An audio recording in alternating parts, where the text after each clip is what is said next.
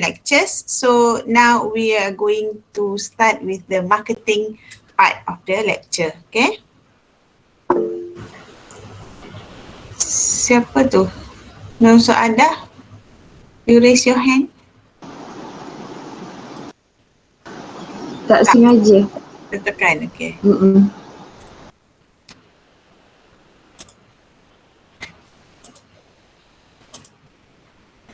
Can you see the slides?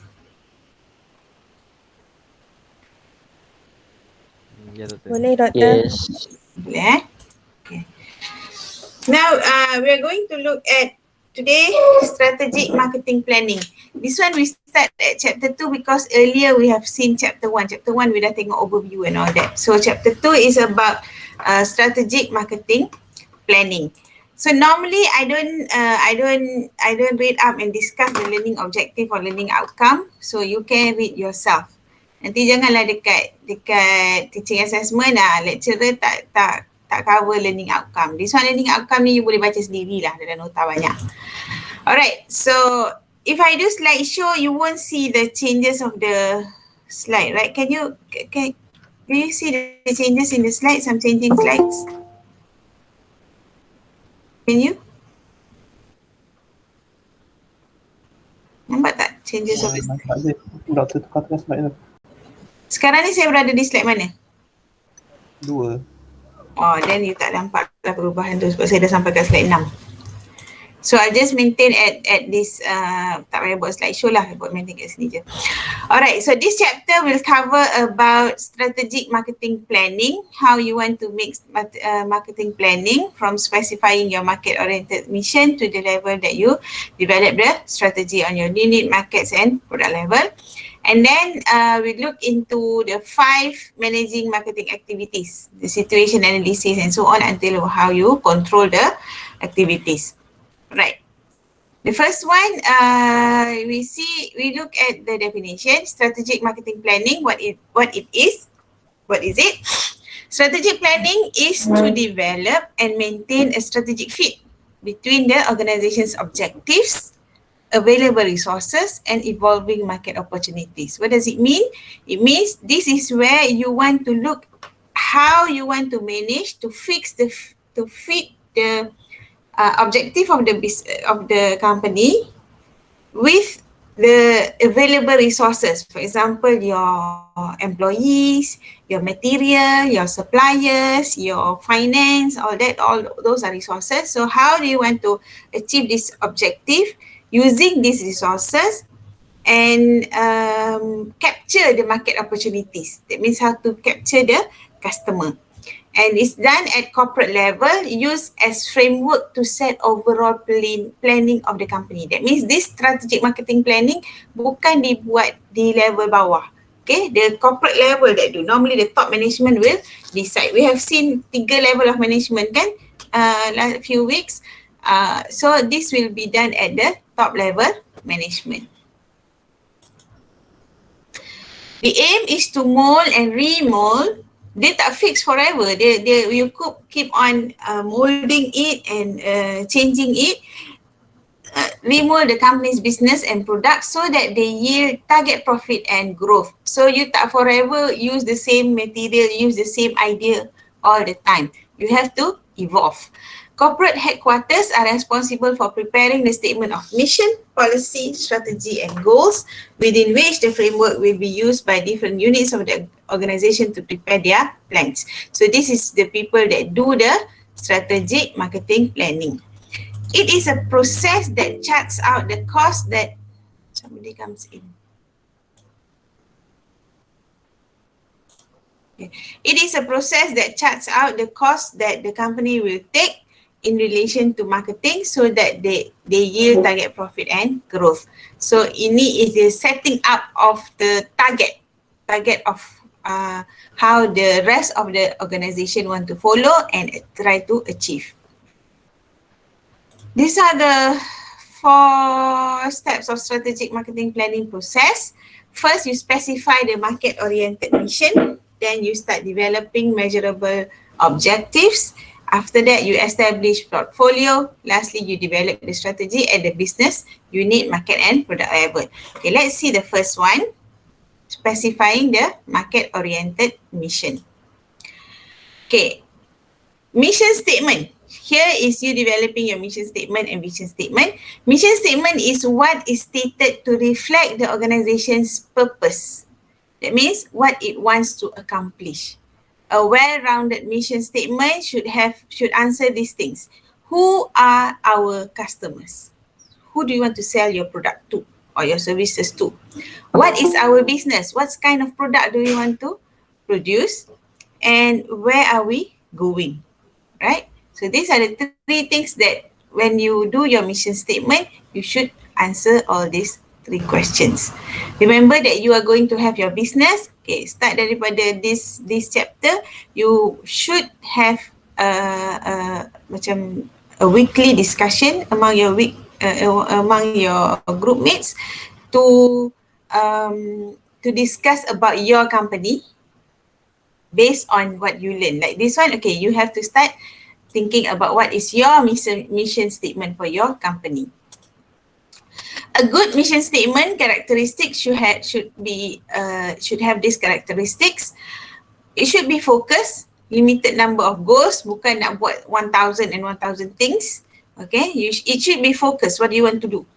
And then the scope, major competitive scope where company will operate. So that you have a limit. You focus on one thing or few things or one area, and then you limit that mission within a scope. You have to have a boundary so that you know what you want to operate. Then it should be motivating, trigger motivation for employees, guided by vision, normally 20 to 30 years vision. And you must have policies, corporate values that the company wants to promote, guide in ways employees deal with other stakeholders. That means you must have policies on what is the credit policies, what is the communication policies, who can talk to the media, who cannot, what and what. Okay. Mission statement establishes boundaries for all subsequent decisions, objectives, and strategies. Mission can be revised according to the development in the business. For example, here, for Sime Darby, example of company Sime Darby, in 1910, when initially they have a lot of plantation, they were focusing only on plantation. Then after that, later on, they start diversifying their product. They have product in the industry. They have many, like they have planta, they have all other food products. And now you can see everywhere they ada Sime Darby property, they ada plantation.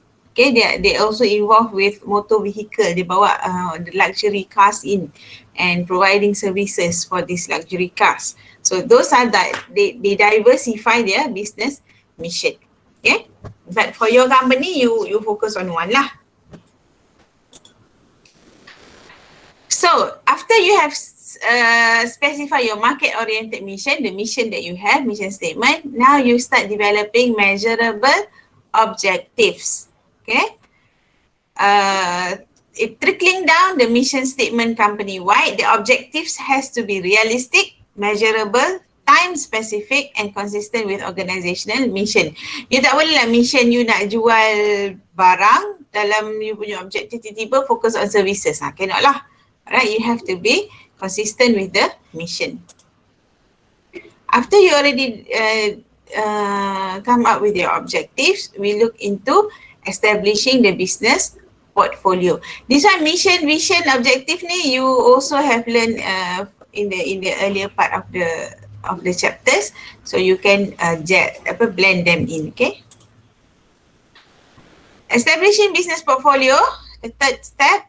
A larger company may have several businesses. That means you have business portfolio. Macam Sime Darby just now, you have plantation, you have properties, you have importing of cars, So they have few, right? So these are called business portfolio. A strategic business unit is a business under a large company that has its own mission, objectives, and plans that is plans and that is different from other businesses that the company own. Okay. SBU may develop for a company's division level, for a product line, for a product, or for a brand. Okay. Company can have different portfolio. One company macam tadi saya dah biar ada property, ada food product and ada motor vehicle for example. So it can be, it has its own mission. Cannot be plantation has the same mission with the food products, right? They have their own missions and objectives. So each of these is called strategic business unit. Strategic business unit not only can be in different that one tadi different business portfolio. Strategic business unit is this one item. Let's say the food products. Okay, then within these food products, maybe there are many lines, many product lines. Dia ada planta, dia ada let's say apa tu, cordial, dia ada few other things. So these smaller units pun is called strategic business unit, because as long as the business unit has its own mission, objectives and plans, that means they are called one strategic business unit. Another example here is KFC, Ayam Mas and Pizza Hut. They are in restaurant strategic business unit. Okay. Poultry supply, they also have poultry, tapi dia poultry ni poultry business is in different SBU. Maybe it's from under the same company, but this one restaurant SBU is one SBU, then poultry supply is another SBU. Business with several SBU must be managed strategically. The characteristic of SBU should be a single business or group of related businesses that can be planned differently from the rest of the company. Macam tadi here, the KFC, Ayam Mas and Pizza Hut, of course they have different products and whatnot, but they are under restaurant SBU. So they can go together. They can have the similar plan and mission and vision and objectives, right? It is different than the poultry tadi. This one, the poultry supply is different SBU. So this one is they have different mission, objective and plans. This one ada different vision, objectives and plan. Has its own group of competitors, has a manager who is accountable for strategic planning and profit performance and who monitors most of the condition influencing profit. So this is the characteristic of SBU. Okay. In planning a business portfolio, an organization needs to conduct an analysis of the current available portfolio.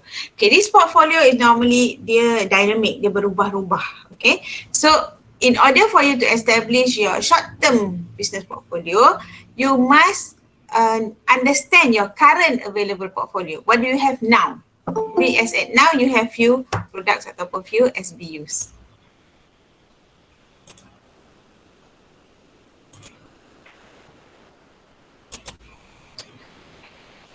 Why do you have to analyze your current business portfolio? Excuse me. To ensure that a firm uses its strength to match available business opportunities. Okay, you have your strength based on your resources. Maybe you have your expertise, maybe you have this much of money, maybe you have this kind of technology. So you want to analyze your business portfolio so that you understand your strength. So you want to make sure that your strength of your company can match the business opportunities. Companies use portfolio analysis technique to evaluate alternative strategies and allocate resources across a number of businesses.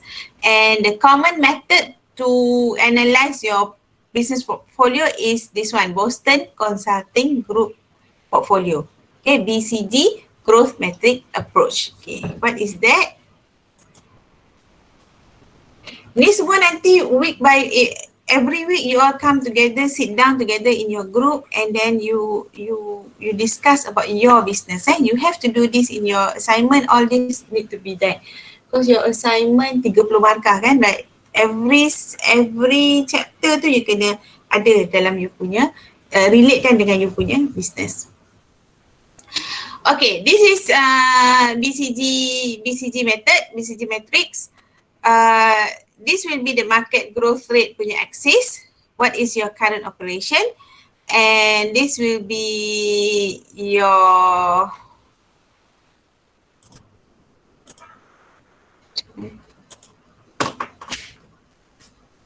SBU, market share. So this is the market share. Okay. Number one is star. This one, if you have high market growth rate, but not so high in terms of your market share, then you have question mark here, cash cow and dogs. All right. So let's see one by one. Star is when you are growing at fast pace. That means this product, if this you want to analyze your product, right? Okay, this product, you think is star. Why? It is star because it is growing at fast pace. So dia punya market growth very high, have high market dominance, okay, and need heavy financial investment, maybe in term of advertisement, you nak kena buat TV advertisement and so on. So this is called star. Second one is question mark, is when it's also known as problem child punya quadrant.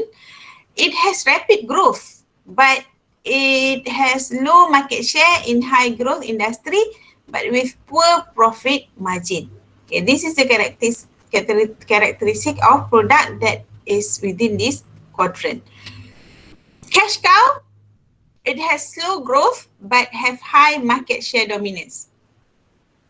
Maybe this one, it was maybe from star, they growing fast and then they dah stagnant. Tapi by the time that they are in cash cow, they have market growth dominance. Maksudnya it holds very high market dominance. Okay, dia dalam market tu dia yang pegang. Okay, need less financial investment to hold their market share. So in a way, this cash cow is a good product because it doesn't need so much financial investment. However, there's no more growth that it will happen. Okay, because normally this one will move into question marks. Lastly is dogs, low growth rate and small market share, have sufficient cash to operate but may eventually leave the market. So this one maybe bila dah lama sangat produk tu tak ada innovation dan sebagainya, maybe it will go into this quadrant. There's no more market growth, there's no more growth rate in the sales and so on, but it doesn't really use much money of your money. So if eventually it will pace away, dia kan dah akan tak ada ni. So normally kalau dogs ni kita akan thinking about stopping the product and so on. Okay, this is just a summary what I've just mentioned just now. Then, what can be done with the metric? Organization that has classified its SBU according to the metric will be able to plan their next strategic move. So if you know that your product is maybe at the dog level, maybe you start thinking about stopping that product. Okay, successful SBU have a life cycle that begins normally is like this. They are in the question mark. What is question mark? Question mark is where you have low market share in high growth industry but poor profit margin. So from question mark, it goes to star when you start developing your market, and it goes to cash cows, and then it goes to dogs. And therefore, company must inspect current and future position.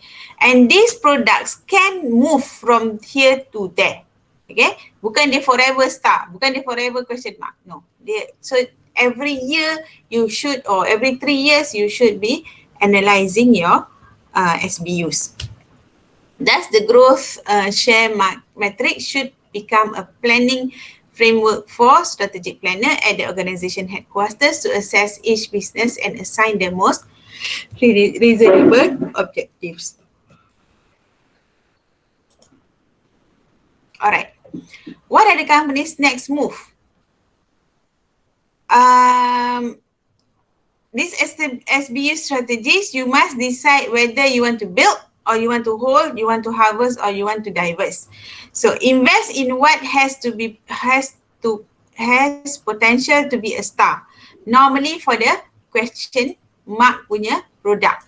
if you already analyze this product is at question mark, star, cash cow, and so on, so you decide based on this. If you start building it up when it is actually at the question mark, because it has the potential to become star product. Or you hold, support the products to continue perform at current level, and this is normally the cash cow punya product. So you hold because you have market dominance and you don't need much money. You don't not need much investment for that product anymore. So you hold, you reap as much profit as you can. Or you harvest, increase short-term cash returns without thinking about long-term effect. Can be used for all but star. Star tak sesuai guna strategi ni. Usually for cash cow for declining market. So you reap, you harvest anything that you can get in short term. Okay. Lastly is diverse. You can be the option for question mark as well if the company cannot afford to support adequately.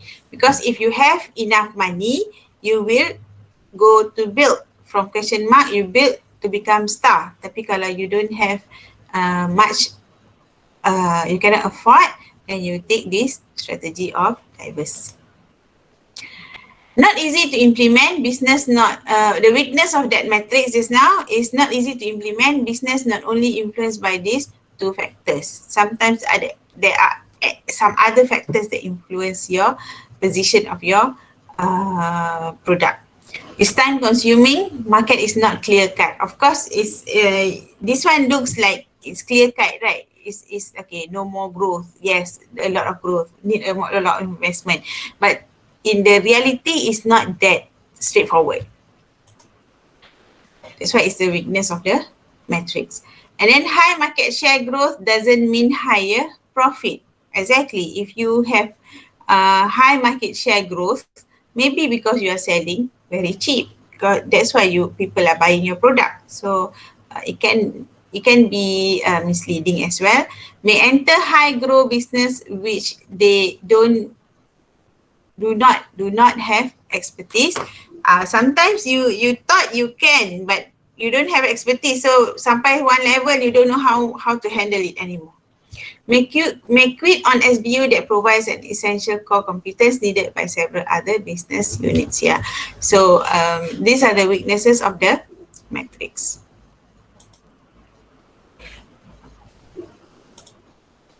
All right. Need a 3 minutes break. Okay. 4 minutes lah. 10:05 kita come back. Okay. Semua dah lemau je. Bangun-bangun berdiri sikit, pergi cuci muka sikit. Nak suruh minum air tak boleh, pergi cuci muka sikit.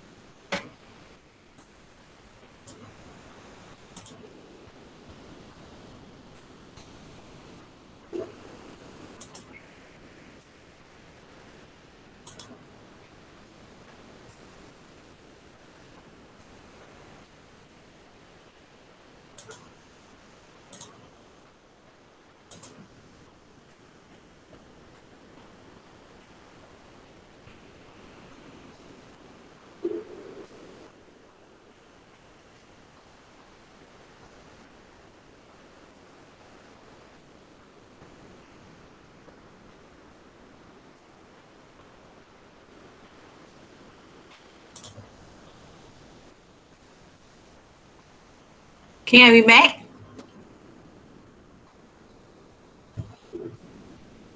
Camera people. 1, 2, 3, 4, 5, 6, 7, 8, 9, 10, 11, 12.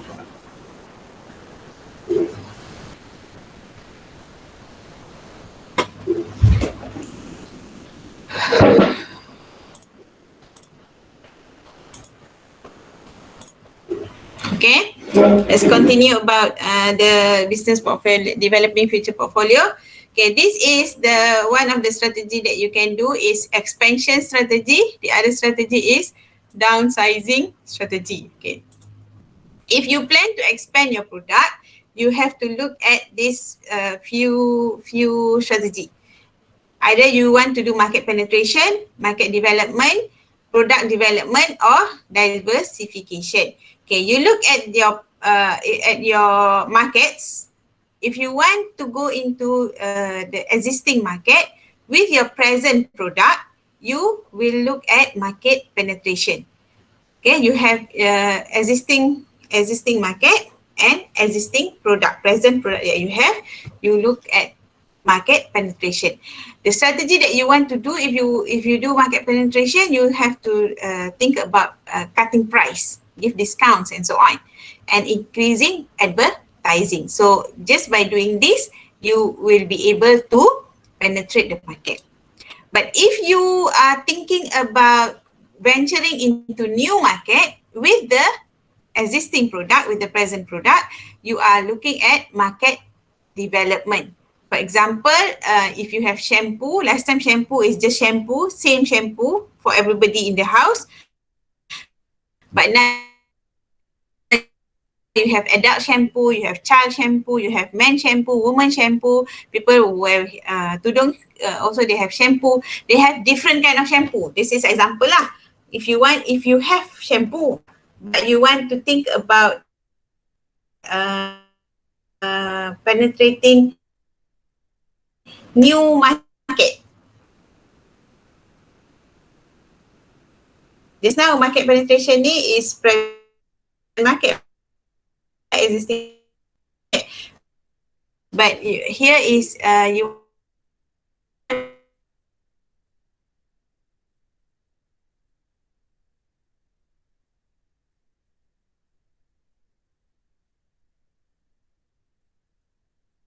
thinking about product development. For example, you have been having talcum, bedak. So, but the same market, you want to have new product. You maybe can start having shampoo, you can start having soap, maybe you can have toothpaste and so on. Because it's new product, tapi you are selling to the same market. Of course, if you go to Giant ke, Eon ke, Maiden even, if you go, normally they will have similar one area tu dia ada sabun, dia ada bedak, dia ada pencuci muka, dia ada shampoo, right? So that is actually, if you look at the display, normally that is you know that is the same market, same consumer that will be looking at that, those different product there. Lastly is diversification. Diversification strategy is the most risky strategy because you are thinking of penetrating new market with new product. That means you need new expertise and you also have to jump into new market that you doesn't know before. Okay, for example, Johnson & Johnson, they venture into disposable contact lens. Before this, they have been focusing on baby soap, bedak baby, and those market, right? But they jump into new market and totally new product. It's not product development pun, it's totally new product about contact lens. Okay, so these are the 4 expansion strategies. Or you can look at your if you feel that it's not a good idea, then you can go for downsizing strategy. Why? Because irrelevant product due to changes in consumer market. Maybe consumer doesn't want that product anymore. So maybe you start thinking about downsizing that particular product. Lack of experience in certain business, maybe you don't have expertise. Product obsolescence due to changes in technology. For example, I don't know your generation have ever seen Kodak. Kalau ambil gambar tu pakai Kodak yang you snap, you cannot see the picture yet. You have to dah snap habis satu Kodak tu baru hantar to the shop and baru print the product, print the gambar. Have you seen that? Do you know about this product? That product is not relevant anymore now. If you sell that, it will be like, maybe you can sell in antique shop lah. Because nobody will be looking at that. Nobody will be buying. Not many people lah. Kalau ada sekalipun, not many people will be buying that. So it's not relevant. So if it's not relevant, then maybe you have to start thinking about downsizing that product. At the end of the day, you will cut off that product altogether. Okay? Alright, so those are establishing your business portfolios. Dah banyak dah kan benda nak kena buat for your assignment. So start doing from now. Okay, lastly, the last strategic marketing planning process is to develop your strategies for business units, market and product level.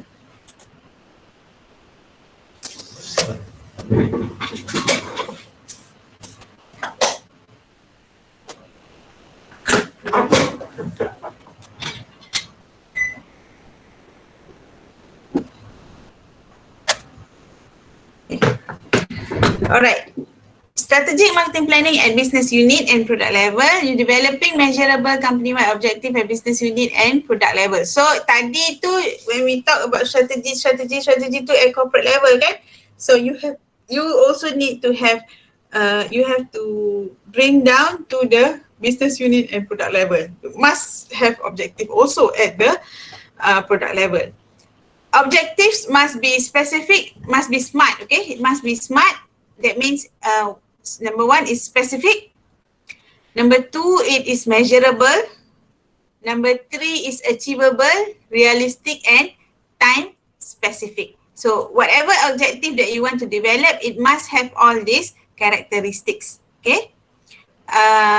Then from there, you develop your marketing strategy. Okay, what does it mean by developing marketing strategy? Define as marketing plan of action.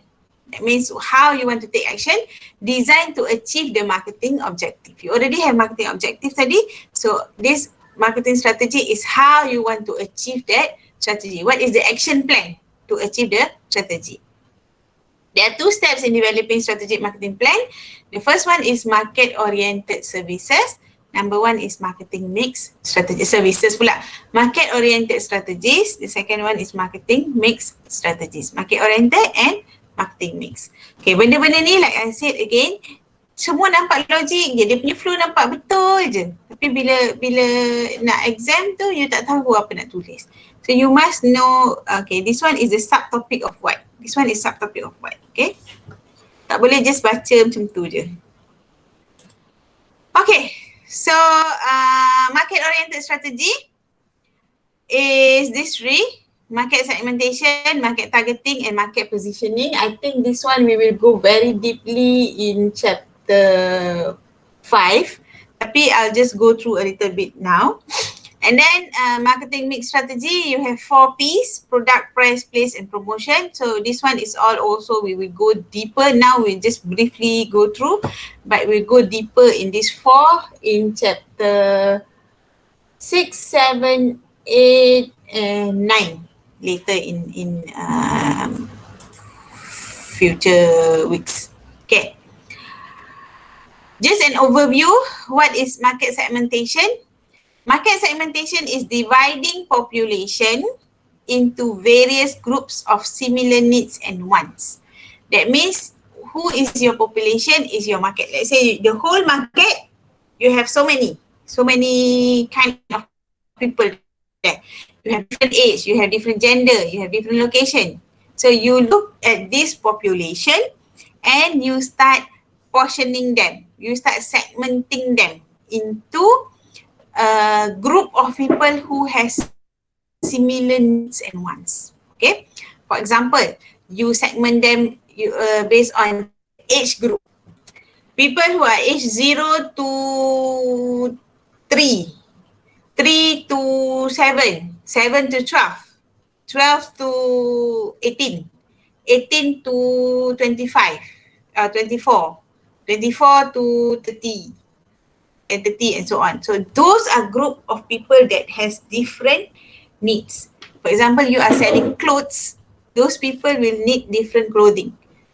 Clothes untuk kanak-kanak yang kecil, normally it will be cotton, it has to be soft, it has to be colour pun baby kind of colour. Tapi bila dah sampai teenager, maybe is shocking colours. Tapi kalau dah jumpa orang tua, maybe dah subtle a bit and so on. So this is based on age. Gender, if you want to divide your market into gender segment, male and female. Male will need different kind of things. Female will need different kind of things. Location, maybe some places have war, they won't need spa. They will need some other things. They will need probably food. Ataupun place where there are 4 seasons and place like us all the time is hot and hot. Then these are the things that you can think about. That group, that population of the market, you can break down because they have different needs. Okay. Then after you already segmenting this market, you look at market targeting. What is market targeting? When you do the selection of segment that the company decide to serve. Because you cannot try to serve everybody. You have to serve to a group of people. Okay. Either you choose one segment or maybe several segments.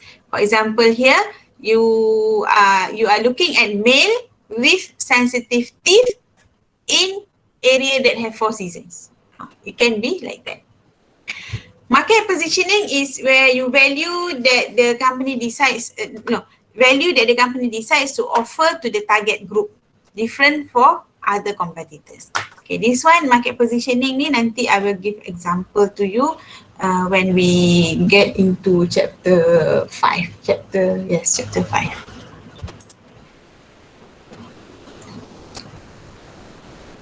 Okay, just briefly, market positioning means that how do you want your customer to look at your product, okay? Once positioning strategy is decided, you dah buat market positioning, the company offering must be translated into marketing mix. Okay, this marketing mix must relate to the, your market oriented strategy. This mix should come from this market oriented strategy. First you do this market oriented strategy by do these 3 things, right? Market segmentation, market targeting, and market positioning. So from here you develop your marketing strategy mix, this all 4 P's. So this must be related to the strategy that you decide here. Okay, these are the 4 marketing mix strategy: product, price, place, and promotion. Product is normally the starting point of your marketing strategy because you want to decide what is your product. So for your groups, group 1 hari tu decide to do apa? What's your product? Group 1? Amirul? What's your product?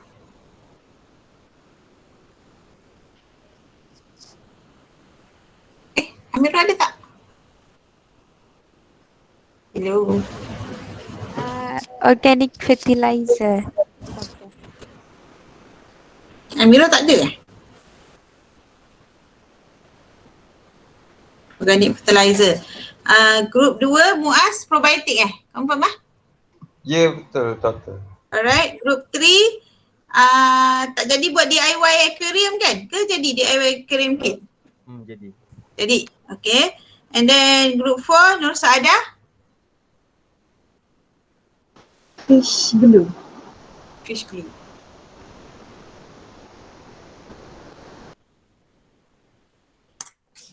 Okay. So for your product, you already have your product. For each of your group, you already have your product. This is the starting point. That's why from the beginning of the semester, I asked you to decide what is the product that you want to do.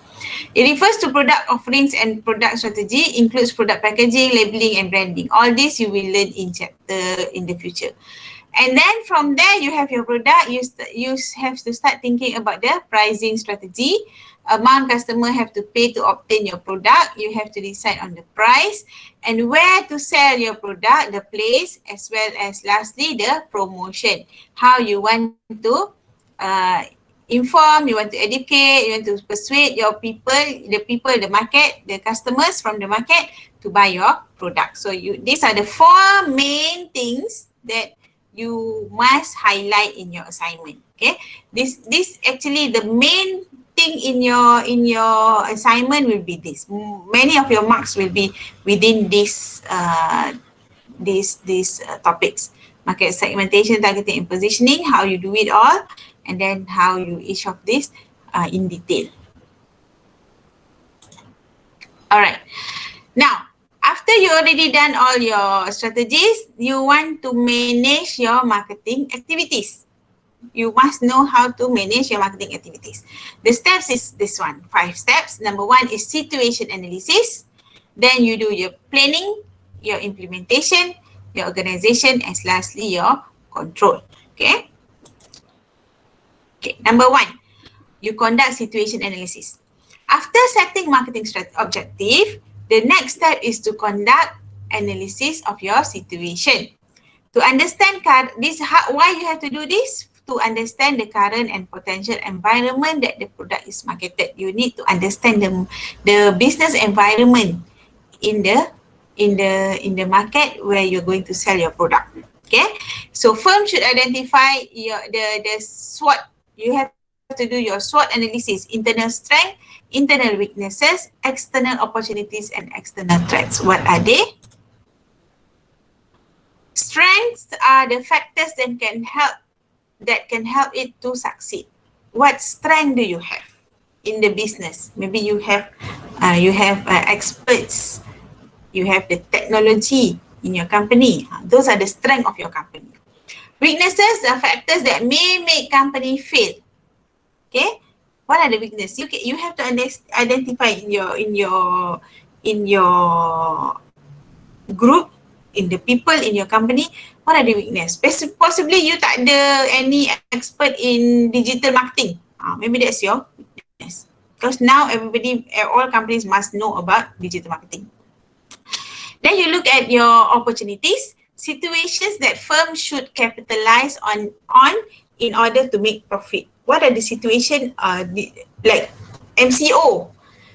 You see how the delivery companies, then Food Panda and so on is capturing this opportunity.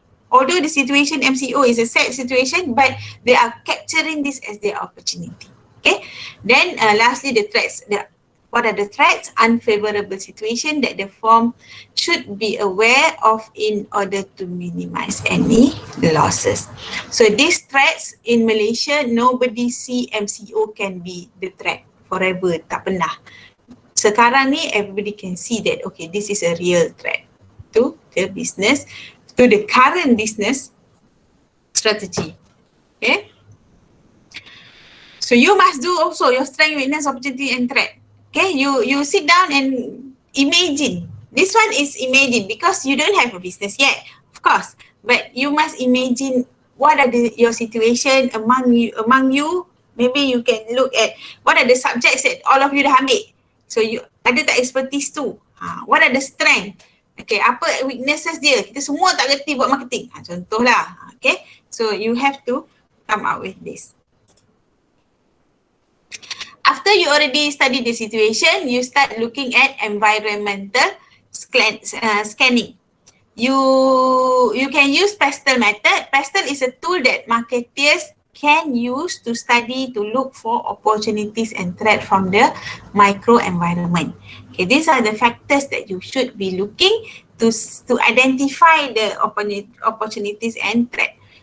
The political factors, whether we have stability in political or not.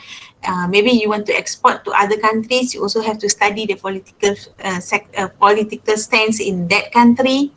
And then you want to look at economic factors, you want to look at social factors, whether they have perang dingin ke, maybe, you know, technological factors, whether they already have all the technology that you require to use. If you go to places like third world country that doesn't have this technology, but you want to bring in things like food panda, let's say they don't even have internet, they don't have stable internet and so on. So maybe you want to start doing food panda business in that place. Maybe it's a ridiculous thing to do because they don't even have internet. So how do you want to capture? Macam kat Malaysia boleh sebab kita already ada this stable internet connection and so on. Okay. Don't be surprised like when there are still countries like during my husband time bila dia balik kampung, he's from somewhere in the Middle East. So when he went back, his place was in war. So in one day, they only have about 2 to 3 hours electricity and internet. So don't be surprised that if you want to start thinking about exporting, when you do the study, you scan the environment, it can be totally different from where you come from. Okay? Then you also look at legal factors. Contoh kat Amsterdam boleh jual cannabis, kat sini haram, right? So kat sana boleh, kat sini tak boleh. So if you are from there, you want to export those things here, you can be caught. Those are the things you have to study, as well as your environment. After you already do this scanning, you match your strength and weaknesses with your opportunity and threat from this PESTEL analysis. It will help you to capitalize on the strength and opportunities, and you have to know how you want to avoid from your weakness and threat. Okay. Done with situation analysis, you go into planning. Developing strategic marketing plan to develop marketing plan. Okay. Marketing planning. A marketing plan is done at the business level, a product level or a brand level. Let's say you have same product tapi different brand. So at brand level pun you have to do the marketing planning. It involves 8 stages. Important to note that this can be useful guide for your assignment, okay, of course.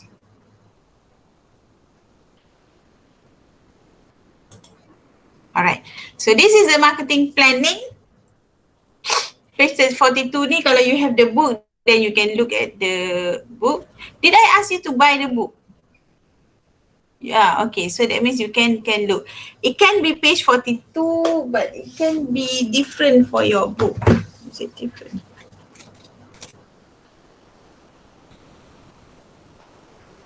Or different page. In your book too.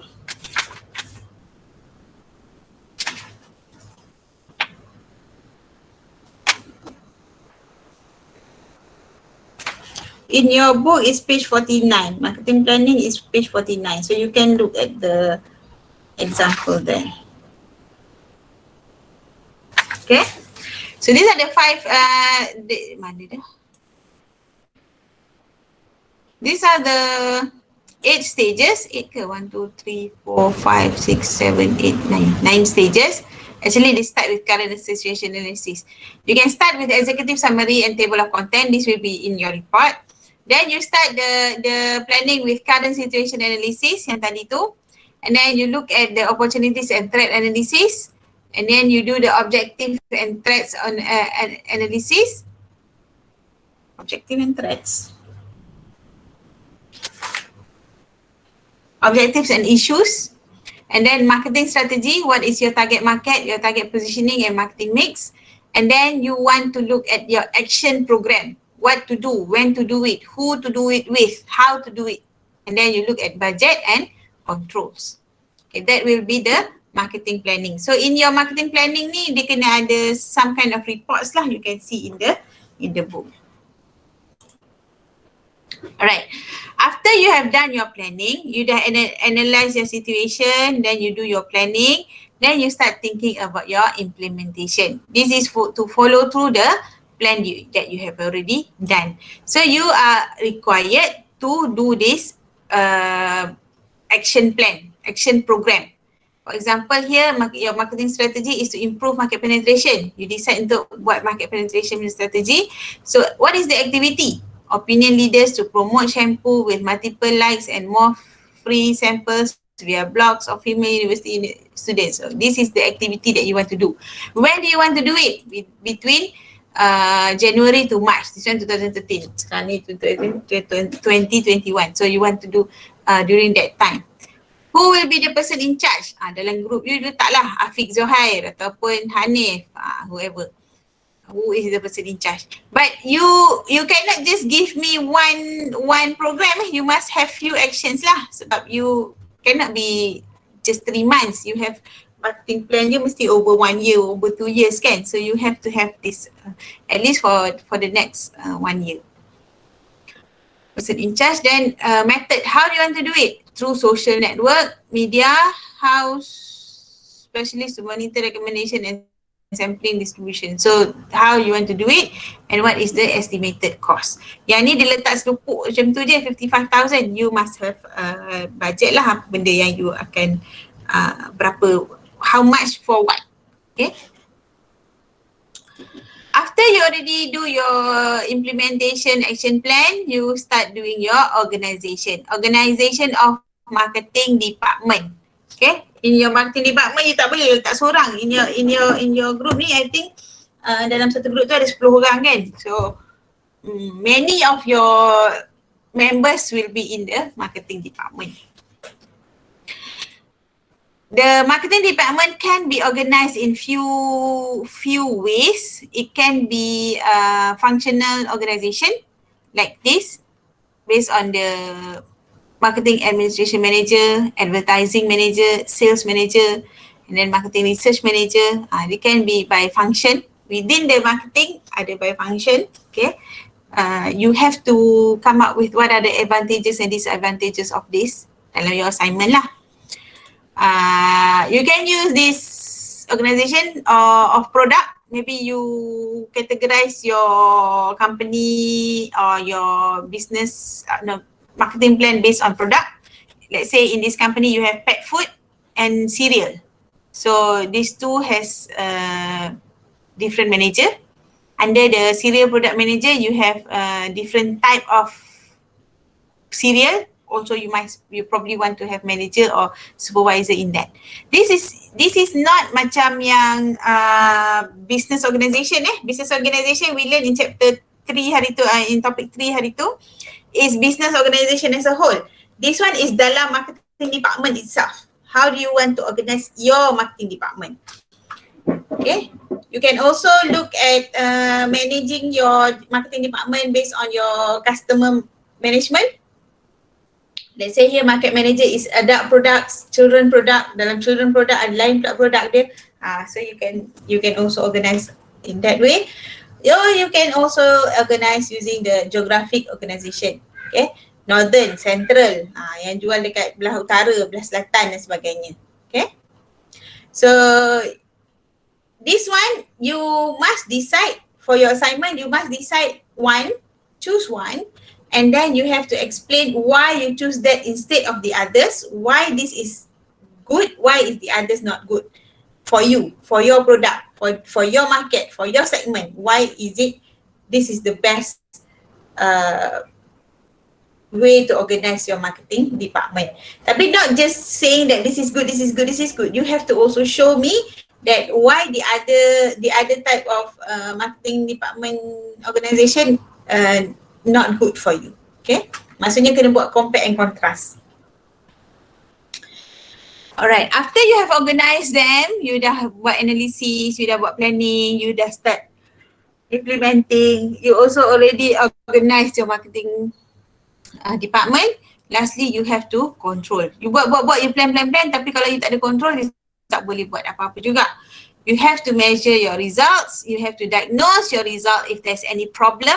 If there is, let's say you target this, you target 10, you get 8, you must diagnose why is it like that, and then you have to take corrective action based on the diagnosis that you have. Okay, this one nanti ada dalam chapter lain yang kita akan cover lebih detail. So marketing control ni is about you wanting to measure your results. You already have your target tadi, your planning and all that. You want to measure whether your results is achieving what you target. Evaluate your result. What gets wrong? If there is deviation, what is wrong with what has been happening all this time? If you found the problems, you take the corrective actions. Okay?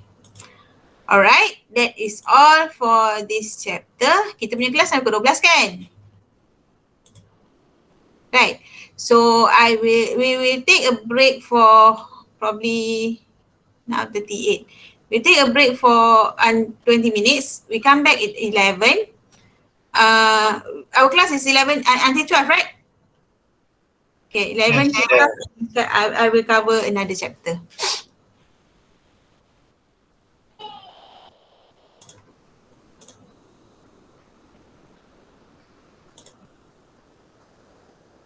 Okay, come back.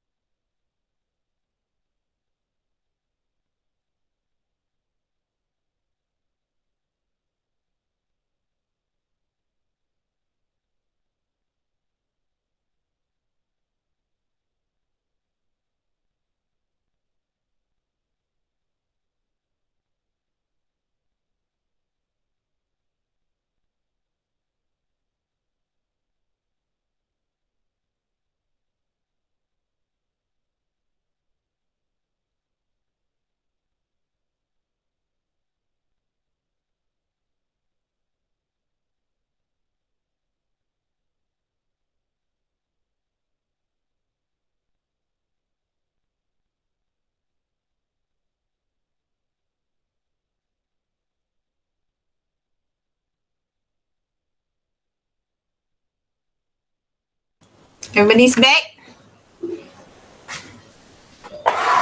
Alright. Okay, what I'm going to do is we have 3 hours. If we have time, I will just move from one chapter to the other chapter. So towards the end, you have a bit more time to finalize your reports.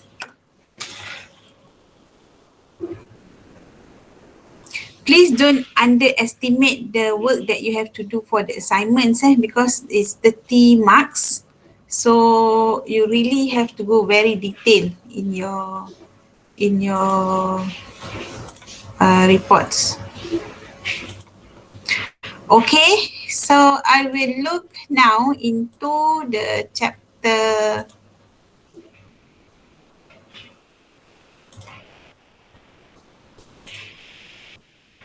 Can you see the slides? Yeah, okay. Understanding the buyer behavior. You have two types of buyers. You have business buyer and consumer buyer. So I think now we have about 50 minutes. We can look at the consumer buyer first. If we have time, we will do this. If not, we do this in the next lecture. All right. Consumer buying behavior, we look at what are the factors affecting consumer buying behavior, and we also look at how consumer decide in buying your product. Who are customers? Customers are individuals who buy products and services for themselves or on behalf of their household, like their parents, their children, their husbands, wife, and so on. Okay, basically they are the user of the product. Okay. Meaning of consumer buying behavior. This is a study of psychology and sociology of consumer or potential consumer.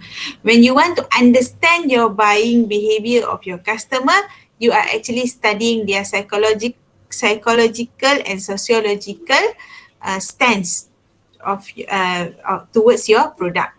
Why you want to do this? Because you want to reduce uncertainty when creating the marketing mix. You want to know about your consumer as much as possible so that when you want to decide what to do with your product, your price, your place and your promotion, you will be able to suit them very nicely.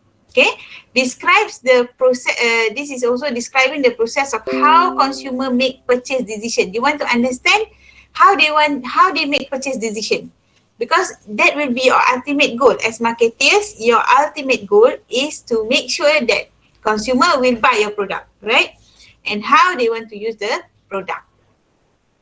Normally, consumer go through consumer buying decision making process where to understand this process, you want to know what consumer buy, where they purchase it, how they going to use it, how much will they buy your product, when they will normally buy the product, and why they buy the products. Okay. Consumer behavior, the process of how consumers make decisions and how they use the purchase products. There are these four things that you have to know. Number one is the stimuli, the marketing and environment stimuli or factors that influencing their consumer behavior. Then you want to understand the characteristic of consumer, the consumer psychology, and then how they make the buying decision. Lastly, what do they think about after they purchase your product. Okay, the stimuli that you want to look at is this marketing one is price, product, place, and promotion for. And then they also you will also want to see the factors, the environmental factors such as political, economic, social, and technological. You want to understand why is it they call it consumer black box, because it is within them. It is their characteristic. You want to understand it internally. You want to understand your consumer very intimately. Okay. That's why you have to look at the cultural, the social, their personalities. For example, their lifestyle. What do they like? What do they don't like? And in terms of their social and cultural stance, whether that is allowed or not allowed, and so on. In terms of consumer psychology, you want to see what motivates them, what are their perceptions toward this group, this type of products. How is their learning process in maybe using your product, their values, their beliefs, their attitudes. Okay. Then you look at the buyer decision process. They will start with need recognition, information search, and evaluation of alternative. This one nanti kita cover in the later slides. Lastly, you look at after they purchase your product, what do they think about purchase choice, and then will they buy again, post-purchase behavior, and so on. Okay, this is the 4 types of buying behavior. it relates to the involvement of the consumer when they purchase the product, and the significance difference, the difference between the brands that you have in the market. You have complex buying behavior, variety seeking behavior, dissonance reducing buying behavior, and habitual buying behavior. Let's see one by one. Complex buying behavior is products are typically expensive. These are normally but the buying behavior will be complex when products are typically expensive. Barang tu mahal. They will seek extensive decision because unfamiliar to product. Consumer will spend a lot of time to find information about this kind of product. For example, when they want to buy house, computers, cars. Computer ni tak sangat lah. Cars, house, land and so on. Those things are expensive. So before they want to make decision to buy or to invest on those things, they will really look into understanding this product. So what do you do as marketers? Marketers could enhance product strength by providing extensive information and direct feedback assistance. Okay, if you want to feel how the marketers in this group of products behave, you I think you all look adults enough already. You go pakai cantik sikit dengan tie bagai, go to car dealers. Jangan pergi yang second hand. You pergi yang Toyota ke, you pergi kat Proton, Toyota, and then you go to Honda, and then you just cakap you nak test drive dan sebagainya. Then you see how they explain to you. Okay, you see how, yang rajin lah, marketers yang lain rajin, yang malas tu malas jugalah, tapi yang rajin, you go look at them and then see how they actually approach you. They will definitely say, okay, this one, the engine is like this is the technology of the engine, this is the this is the touch screen, you have navigation in there, and then the car is automatic this way. They akan give you as much information as possible for you to understand their product. And even some go to the extent they will make comparison. Okay, let's say if you go to Toyota, they will make comparison. Oh, kalau Mazda is like this, kalau Honda is like this, because they know they are competitors, right? The range of price. So they will say, if our product is like this, it's better than this product and so on.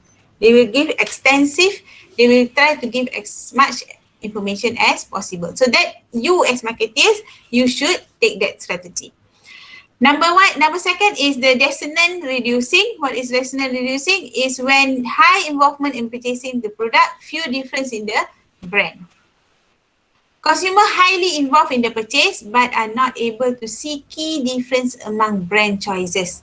Consumer differentiate products according to the price. Example of product here is like sofa, TV. Okay, the sofa, you don't know what is the difference between the brands.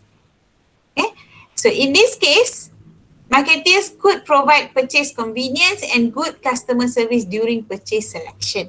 So you tunjukkan dia. Okay, this one ada 4 color. Sofa yang ni dia ada 4 color. Yang ni ada campur, ada yang kulit semua, ada yang campur and so on. Okay, so that one is dissonance. This one also consumer will get really involved in purchasing because this product will not be as expensive as complex. Tapi it is quite expensive where people don't buy it every day. Okay. Habitual is here. Habitual is when the involvement is quite low and there's a difference between the brands also not so much. Where consumer buy frequently and low cost item require very little search and decision effort. Okay. For example, biscuit, soft drinks and so on. Ini biasanya benda yang consumer tak fikir sangat. Okay, they don't really think about it very deeply lah. This just buy because normally this is not a very expensive product. And from one brand to the other, there's no much different. Macam soft drink, if you buy Coke, Pepsi, although there is the different in taste, tapi dia punya taklah jauh beza sangat. So if you find other types of cola, it's not so much different, and the price is not very expensive. So you don't waste your time telling them, okay, this is the different, the content of sugar this much. No, you don't have to do that. As a marketeer, you must, for this kind of product, you should attempt to give wide distribution, pricing and sales promotion strategies. You use these strategies to increase your sales. Okay, that's why if you see all giants, all malls, all supermarkets, they will have similar soft drink, for example. Kat situ lah ada Coke, kat situ juga lah ada Pepsi, kat situ juga lah ada yang brand-brand lain. Okay, so this will be the strategy. Lastly, variety seeking. Low consumer involvement in the product, but consumers see a large difference among brands in terms of its benefits, its quality, image and flavors. Consumer may change brand although satisfied with current brand. This one example is sabun, shampoo, those other. Dia taklah banyak sangat involvement, but there is a difference in using this different brand of product. Barang sama tapi different brand ada beza. Macam ni tadi, barang sama, different brand tak jauh beza. Okay, yang ni different brand tapi ada perbezaan. The pricing, this one you should attempt using pricing strategies and sales promotion like sampling, encourage product trial. You know why you want to give sample to them? Because they may change brand. Okay, walaupun they're satisfied with what they are using now, tapi just for the sake of macam trying another one, they can easily change brand. Not like sofa, car ni semua, benda ni bukannya boleh tukar tiap-tiap masa kan. Yang ni dia boleh, okay tak apalah tukar, try rasa yang ni, kalau tak okay nanti belilah yang lama balik sebab dia not so expensive either. Right, so how you want to encourage them to buy? You give them trial packs. Trial packs, okay. Ataupun kan if you see kalau yang saya selalu beli, kalau sabun Dettol tu, sabun mandi Dettol tu, nanti dia akan tepek yang baru punya dekat yang lama punya. Right, smaller packaging, dia tepek yang maybe this is the brand yang in the bottle tu, brand yang memang usually orang pakai, lepas tu dia come out with new brand ataupun new product variety, dan dia tepek kat situ. So you beli, you dapat pakai yang baru tu. So maybe kalau you suka, you akan start buying the new one the next time. Okay, or if you buy, normally this is macam woman magazines, macam-macam makeup dan sebagainya, dia akan bagi trial pack yang kecil-kecil tu kat dalam, dia tepek kat dalam magazine tu. Those are how you attempt to increase your sales. Alright. Then we look at factors affecting consumer buying behaviour. These are the main 4 factors that can influence consumer behaviour: cultural factors, social factors, personal factors and psychological factors. I'll just give you brief understanding. You can read yourself nanti kat dalam the other slides. Cultural factors ni, you ada culture, subculture, social class. Culture ni maybe Malaysian culture. Tapi in Malaysian culture, we also have some subculture. Kita ada Chinese people have different type of culture. Malay Indians have different cultural understanding or beliefs that will influence their buying behaviour. Let's say kalau if you go and buy clothes, if during Chinese New Year, semua merah, orangey and all that colour. Kalau during Hari Raya, mostly green, kat sana-sana, sini-sana semua green, blue, that colour. Okay, so that can be the subculture that you want to understand. So then you also have the third, social class. Maybe people with different social class will have different economic affordance. They probably cannot afford, certain group of people cannot afford certain things. Right, and certain group of people memang will look for this group or this range of price of product. So you can look at cultural factors. Social factors normally is like reference group, family and role and status. These are some of the social factors that can influence your consumer buying behaviour. Like different group of family, macam religious sikit lain. Family yang modern sikit lain. Family yang jenis suka aktif lain. Dia punya things that will influence them in buying your product. Personal factors like age, occupation, maybe occupation, people who mostly have to go out to do their work comparative to people who are in-house. In-house tu macam kat office. We'll use different clothing, for example. Macam engineers akan selalu pergi site. Different baju yang dia akan beli. Dia tak akan beli baju yang wool, dia akan beli baju yang lebih cotton sebab panas kan. Tapi orang yang duduk dalam office maybe lain pakaian dia. Material pakaian dia dan sebagainya. Okay. Economic situation, lifestyle, like I said just now, maybe lifestyle, some people they like to be sporty. Kereta dia pun sporty, dressing dia pun sporty, you know, that kind of thing. Shoes dia pun sporty. Tapi kalau ada orang tu macam very religious, for example, everything is quite religious. Dia pakai socks, macam ladies will wear tudung yang a bit more labuh. Kalau yang tadi sporty tu, maybe dia pakai tudung juga. That means when you are selling tudung, you want to know, okay, orang ni sporty, mungkin dia akan pakai tudung tapi dia nak yang jenis yang aktif punya, sarung je. Tapi kalau orang yang jenis dia bukan very active, they have time to pin sana, then maybe you will look into catering different kind of tudung lah. And then personality orang juga, self-concept and so on. Lastly is the psychological factors. What motivates people? What are the perception of people towards certain things, certain events, certain situation? Okay.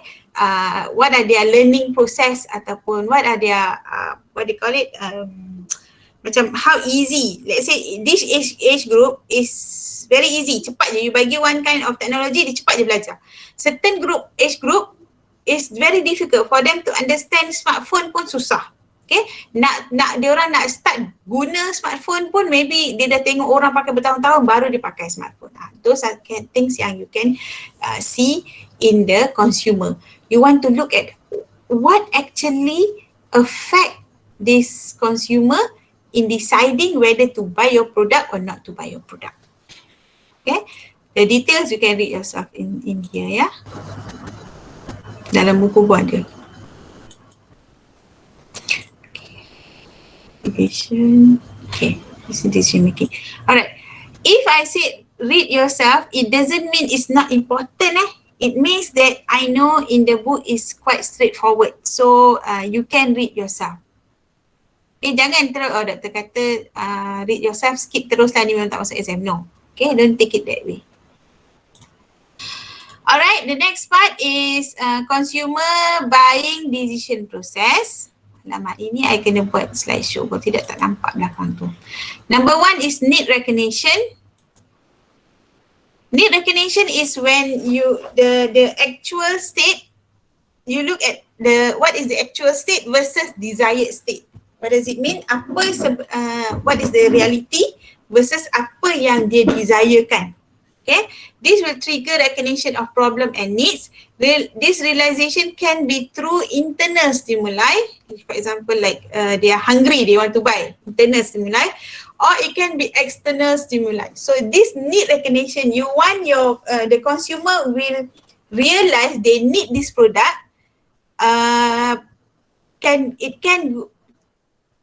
The recognition can come through two stimuli, internal or external. Internal tu contohnya memang dia let's say food product, dia memang lapar, hungry.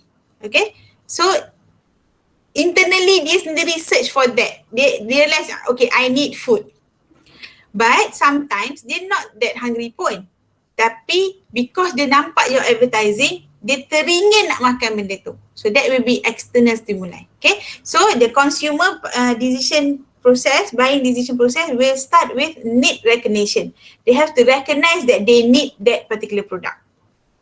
Number two is okay. What is the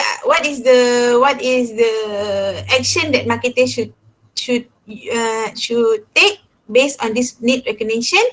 Marketers should identify or create the unfulfilled needs and wants and get the consumer to recognize it. Sometimes they don't know that they need it. So you have to show them that they actually need it. Okay. For example, you all semua dekat UPM pernah pergi Bangi, right? Tak nampak you all punya muka. You pernah pergi Bangi kan? If you go to exit Bangi, dekat roundabout tu, you can see this one advertisement. Kat situ biasanya ada satu board tu memang Siti Khadijah punya, Telekong Siti Khadijah punya advertisement. Okay. So, some people they won't buy for themselves. Telekong yang very expensive. Okay, whatever they can use, they use lah. Tapi kat situ dia akan, even dekat highway pun biasa saya nampak. Siti Khadijah punya advertisement dia tulis, mak pun nak, something lah, mak pun nak, the mother wants it. Okay, so before this maybe dia tak terfikir pun, but because of that advertisement, they recognize the need to buy for the mother. For example, because when you buy for your parents, you normally will, you tak berkira, you akan rasa nak beli more, you want to give more to them, you want to give back to them, right? So it's okay to buy them macam a gift that is that expensive. So that advertisement make them recognize their need to buy that product. Okay? Right. Okay, mana dah? Right. Number 2 is the information search. After the consumer already recognize this need, they will actually search for information. They will search for information internally or externally. Internal search is scanning personal experience, or external search for they will look at solution and better choices or the alternatives. External sources, personal, like for example, personal sources like family, friends, neighbor and so on, or commercial sources or public sources or experimental sources.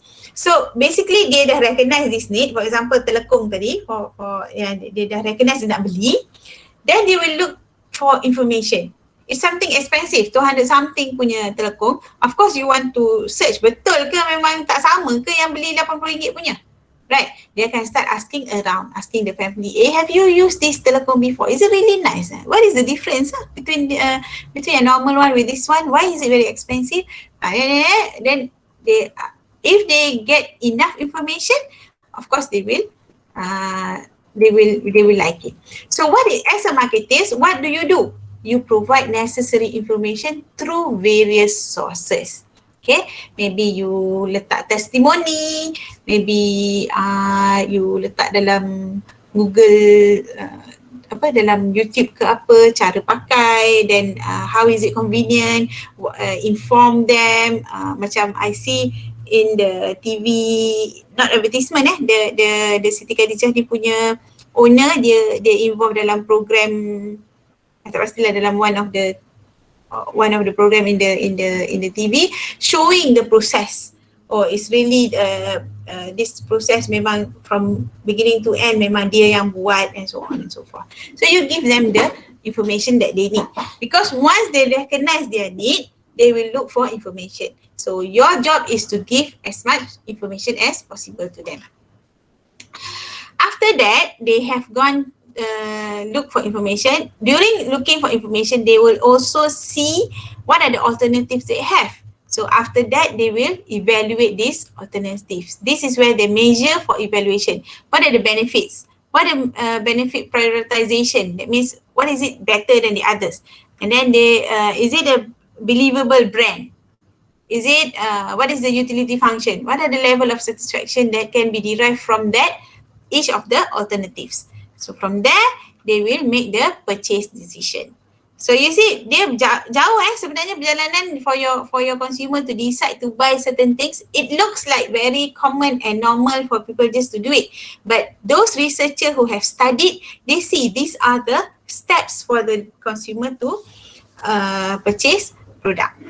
So this level purchase decision decides buy or not to buy, what is the amount, from who, where to buy, when to buy, how to pay. Okay, decision can change if there are any influences. Lastly is post-purchase behaviour.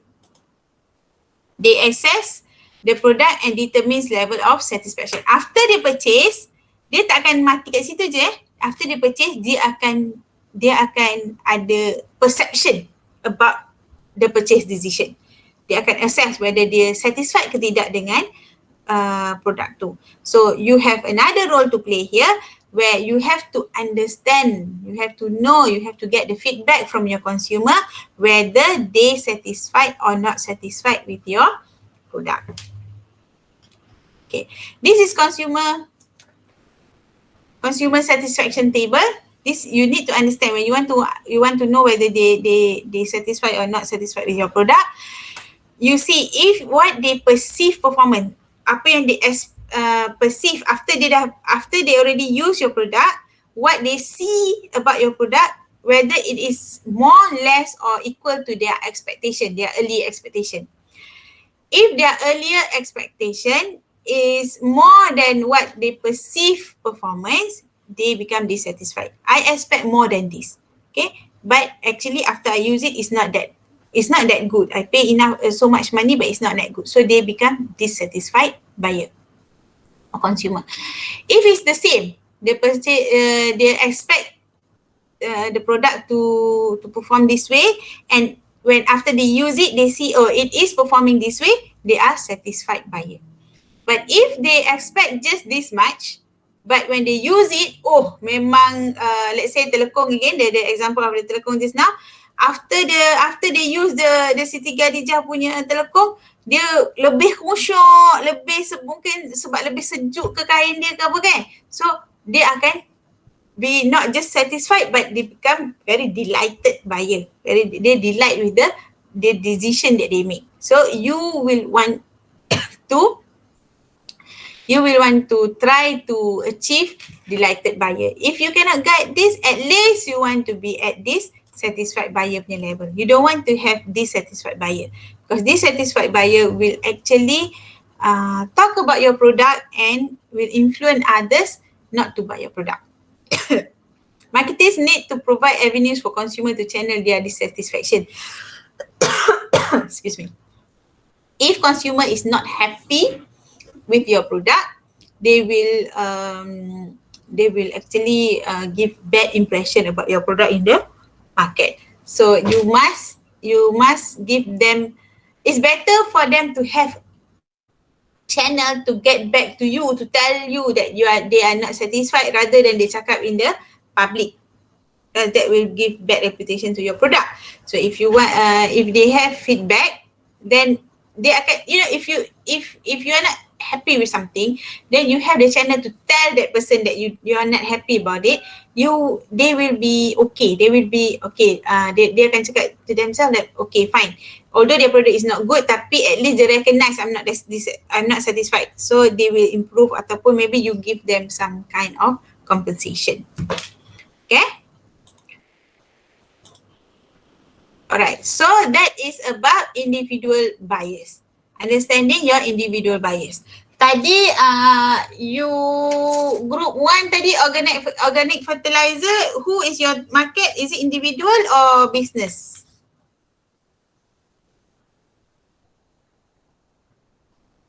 Group 1? Organic fertilizer? Business buyer. Okay, we look at it after this. Probiotic, business buyer ke individual buyer? Individual buyer. Individual buyer. Group 3, DIY aquarium, individual buyer, right? Individual. And then fish glue? Individual buyer. Individual buyer, okay. So for your group 2, 3 and 4, probiotic, DIY aquarium kit dengan fish glue ni, you must understand all those consumer buying behaviour. Alright? Okay, let's take 2 minutes. Semua dah lemau balik dah nampaknya. 2 minutes and then we look at the business buyer. Sikit je lagi.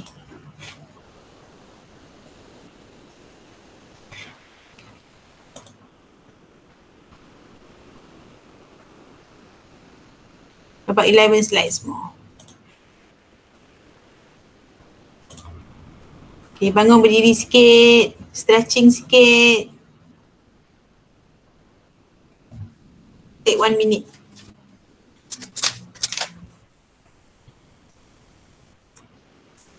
Yang non-Muslim nak pergi minum air dulu, boleh minum air dulu.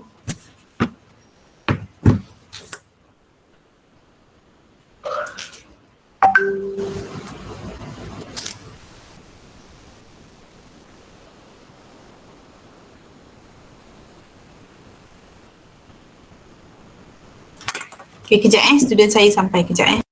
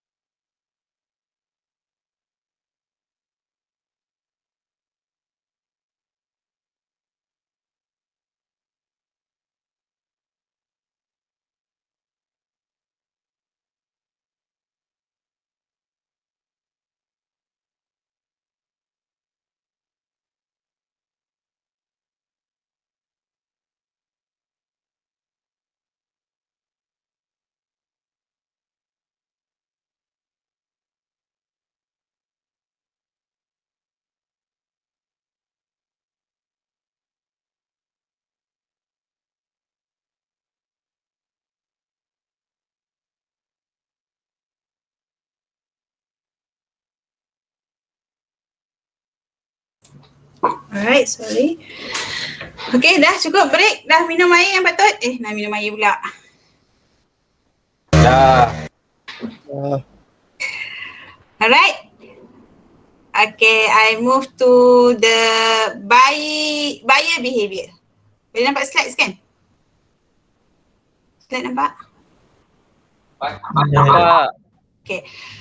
What is the difference between buyer behaviour and consumer behaviour? Buyer behaviour adalah all organisations that buy goods and services for further production of other goods and services, and then they use this to resell it, to rent it, or to supply to the others. That means they normally don't use it for themselves, but they use it to either manufacture it and to resell it. Okay, the products. These are the type of products for business products. Number one is raw material. Tadi yang you all pakai apa? Organic fertilizer. Okay, raw material.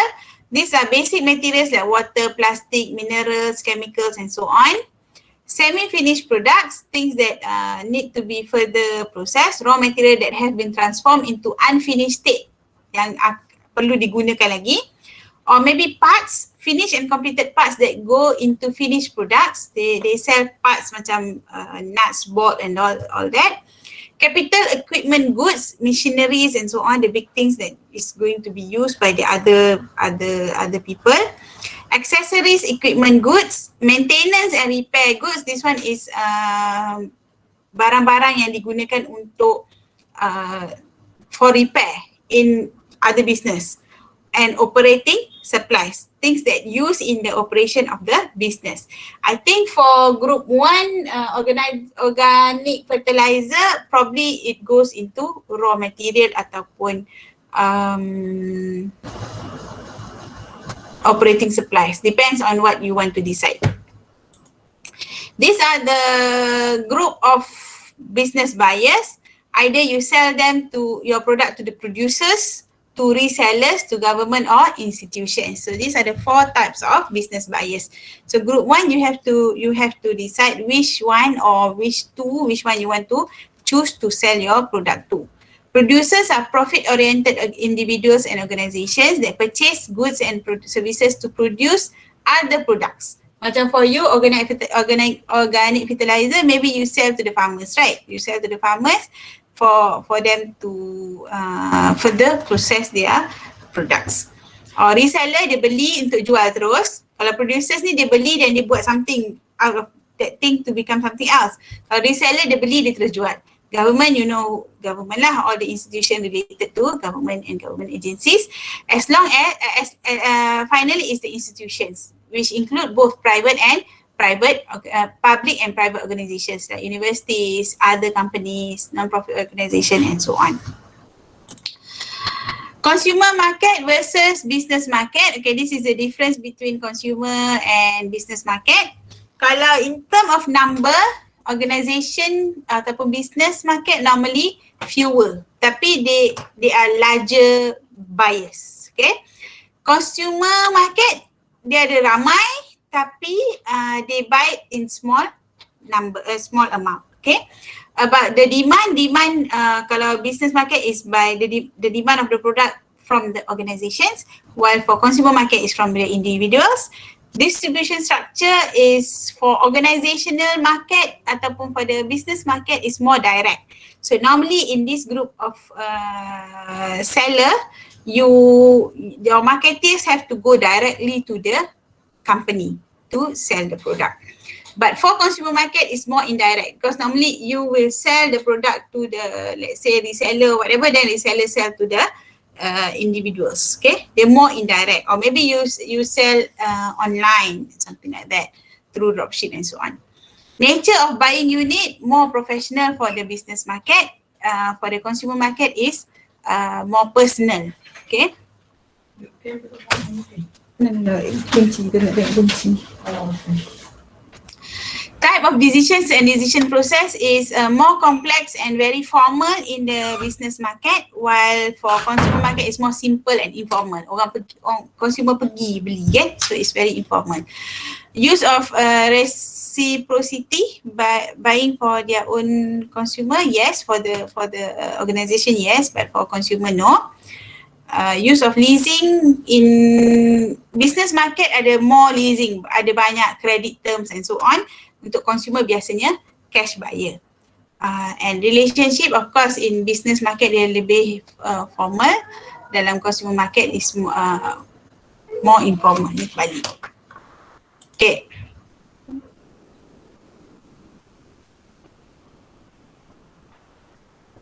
Role in purchasing process. Okay.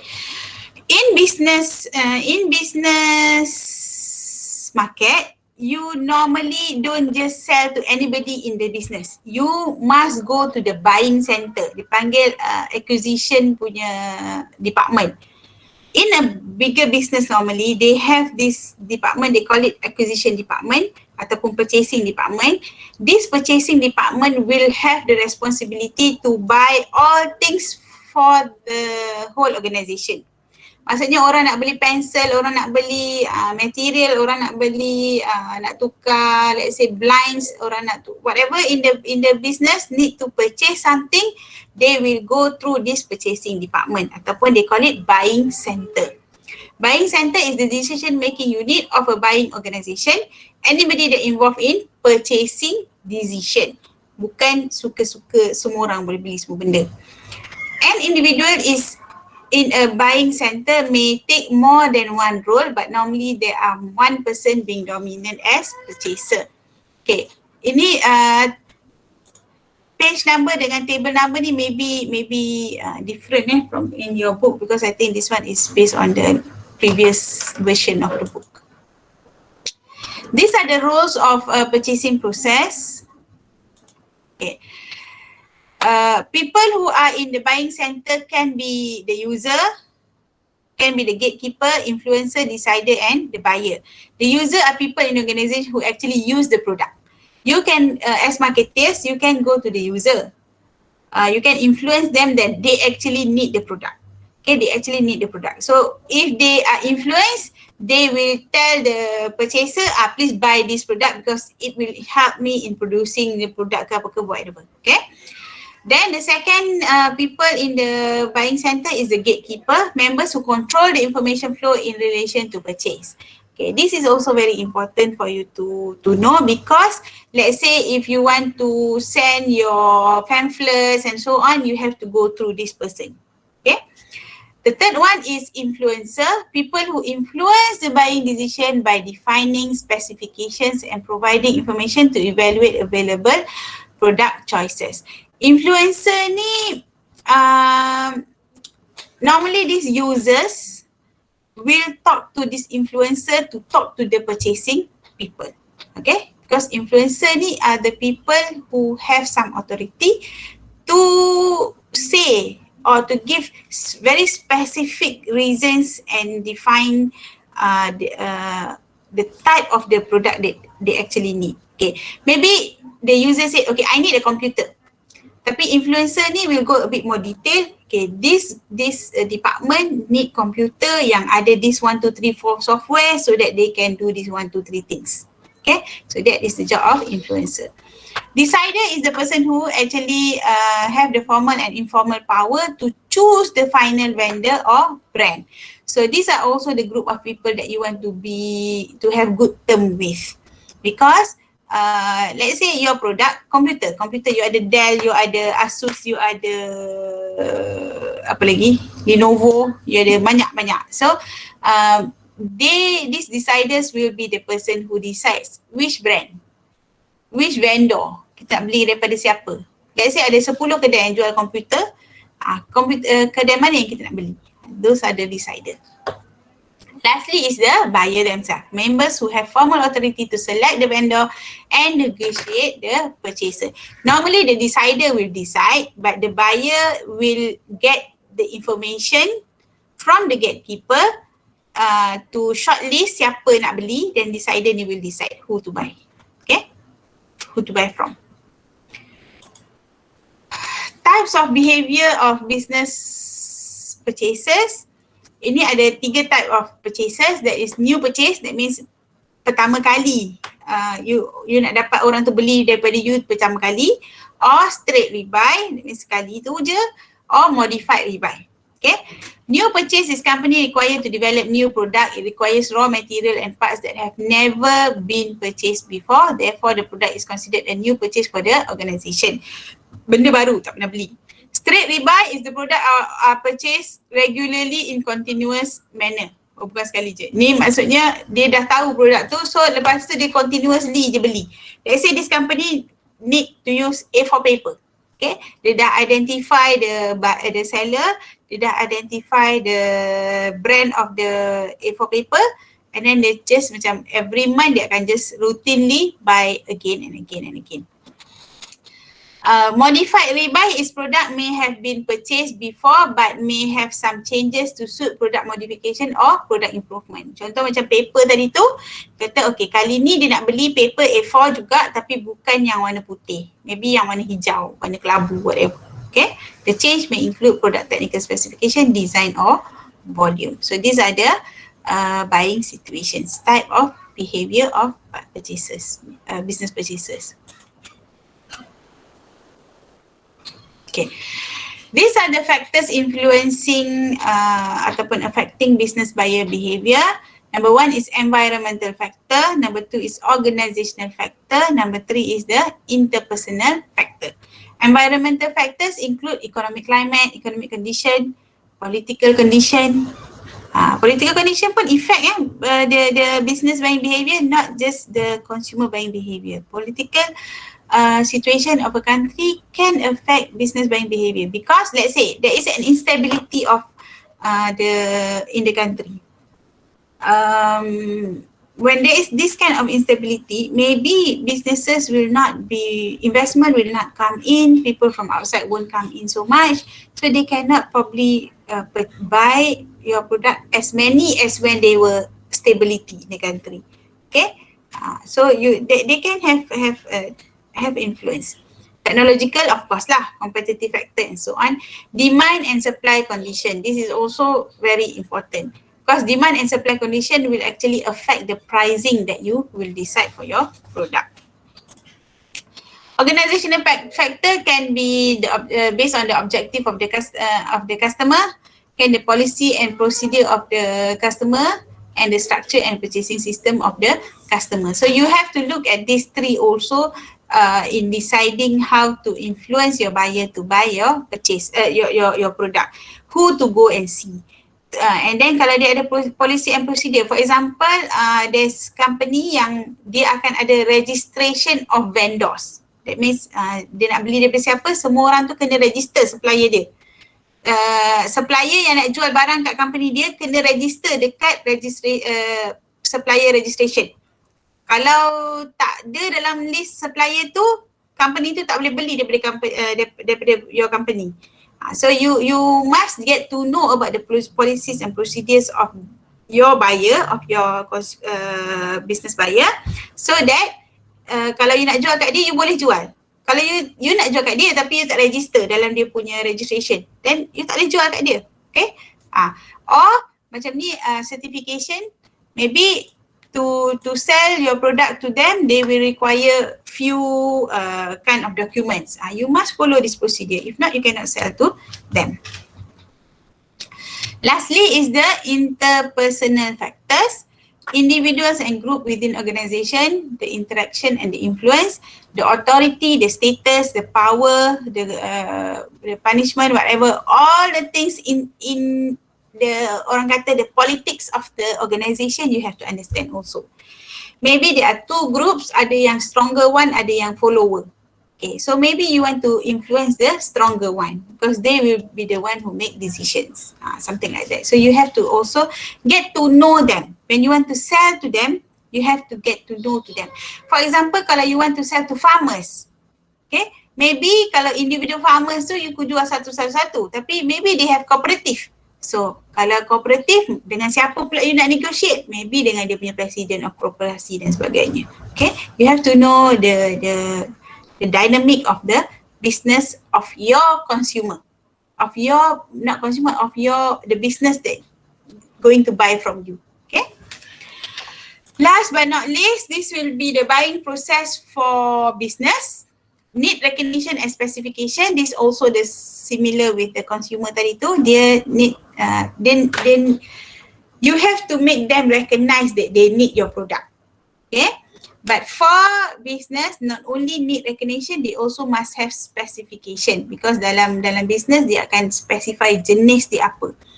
Even nak beli cleaning things, kalau big companies kalau nak beli cleaning products for their company, they will have specification. Mesti brand ni, mesti ada ingredient ni dan sebagainya. Okay, how you want to do it? By showing them the problem for them to be able to recognize the problem so that they know that they need your product, and then you give them descriptions and specification of the product. So from the need recognition and specification, they will start looking for supplier. This is where you are the supplier for them, right? So when you have to make yourself known, because when they do this supplier identification, they will search for supplier. This is where you actually have to go routinely to the purchasing department to keep on explaining to them your product, to show the benefit of your product. If you have new product, you have to update them. Okay, these are the old products. We also have new product here.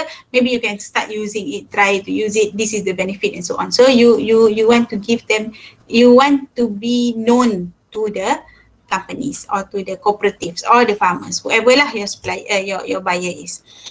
After they search, they will ask for proposal solicitation and then supplier selection. So they akan perlu 3-4 quotation daripada few suppliers. From there they will select the best, maybe the best price, the best specification of the product. Lastly, they will, after they select the supplier, you want to be selected, so you make sure that you when you give them the proposal, it should be the best proposal. they select the supplier already, then they place order. They will make the order, and after they make the order, they take the product already, they will definitely have a performance review. Okay tak produk ni? Kita beli daripada produk ni, okay tak? Kita invest banyak ni, okay tak? So this is where you must go and ask them what are their feedback of the product. Then if there is a problem in your product, secepat mungkin you must verify the product and solve the problem. So that they tak start pergi looking for other supplier. Okay? Alright, with that, we end this chapter. That means we have covered chapter 2 and 3 for this week. Okay lagi? Masih bernyawa? Masih ada nafas? Masih nampak colour? Ke semua dah black and white dah? Saya nampak doktor. Boleh Alright, so yelah saya yang bercakap ni pun masih boleh senyum, you all kena senyum sikit lah. Senyum sikit semua, senyum sikit. Saya nak tengok muka semua orang, boleh tak? Smile, sebab lepas ni ada kelas lagi kan? Ke tak ada dah? Lagi kan? So kena ceria-ceria, senyum sikit. At least senyum. Evelyn tak senyum pun? Senyum je lah. Bayangkan kita face to face. Senyum je. Semua orang nampak you all senyum. Afiq tak Afiq dah senyum dah. Tak nampak muka saya doktor. Gelap lah. Cuba kasar tinggi sikit bagi senyum lebar sikit. Senyum sikit. Baru nak bagi gigi macam tu. Tu namanya adik saya panggil senyum macam tu senyum Colgate. Okay. So you try to relate the two chapters that we have learned today with your product. Jangan tunggu lama-lama, jangan tunggu towards the end baru nak discuss. You discuss every week. Kalau boleh every week you discuss about your product. Then start writing, little bit start writing. Buat decision, okay. So that the whole group will have the same understanding about your product. This is very important. I want you to go through this because many feedback that I get from because I am penyelaras for BSPT punya latihan industri. When you do it yourself, this is the reason also why I ask you to go through it. Okay, to go through it. Kalau BSPT, kalau untuk accounting tu saya suruh diorang jual barang-barang tu pun. Barang yang diorang pilih ni, buat betul-betul dan jual.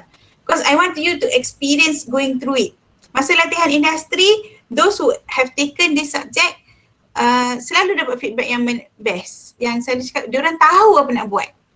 Because you have gone through it. So, jangan buat, don't take it just assignment yang nak siap, but try to internalize what you have learned by relating it to your product. Okay? Jadikan ini your baby. This product jadikan your baby. Who knows one of you among dalam group member tu, one of you will take up that idea and do your own business. Who knows? Okay? So boleh macam tu. Alright, any question? So I will be seeing you next bila hari? Saya pun banyak replacement class ni, saya pun dah pening. Doktor saya soalan pasal buying behaviour tu. So kita nak kita tetapkan tu as dia punya jenis produk ke ataupun jenis orang yang membeli tu. So macam saya nampak habitual dengan variety seeking ni macam agak subjektif kan sebab ikut preference orang. So macam mana tu? Tak, you jangan tengok pada age of consumer. You kena, before you go there, you kena buat market segmentation tu semua dulu, market targeting semua tu. So from there, you akan boleh decide actually your product falls into which one. Your consumer will be the group yang actually kat mana, yang mana satu. Kan dia ada yang variety apa semua tadi tempat tu kan. So from there you will decide what is the marketing strategy yang you akan buat. Sebab you tak boleh you nak cuba jual kat semua orang. You kena segmentkan. Daripada segmentation tu, I think segmentation we will cover after next chapter. Chapter 5. You kena decide on that dulu. Ya? Okay. Okay. So I will see you next Wednesday. Next week kita jumpa 2 kali. Wednesday and Friday. Right? Next Wednesday at 11. 11 until 1 ke 11 until 2 ah? Until 1. You all ada kelas pukul 1 ke? Your class is at 2. Your class is at 2, so that means I can go, because our class supposed to be 3 hours, right? This one is replacement. So I can go up to 1:30, right? Nak semayang je, bukan nak makan. Boleh. Kan? I can go up to 1:30, right? Your next class is not at 1, at 2 Lagipun online kan? Oh tak, yang ni kena kejar bas. Kelas online lab ke tu. kelas kena pergi lab? Kena pergi lab. Kita pergi lab betul. Pergilah kat fakulti dulu, pagi ambil buat kelas kita kat fakulti lah. Lepas tu semua boleh rehat kat surau. Ya. Boleh kan? Ada berapa kali je? Sekejap. 1, 2, 3. 1, 2. 2 kali je kelas Rabu. Alah, manja sangat. Boleh doktor. 1.5 sampai 1.5. Boleh.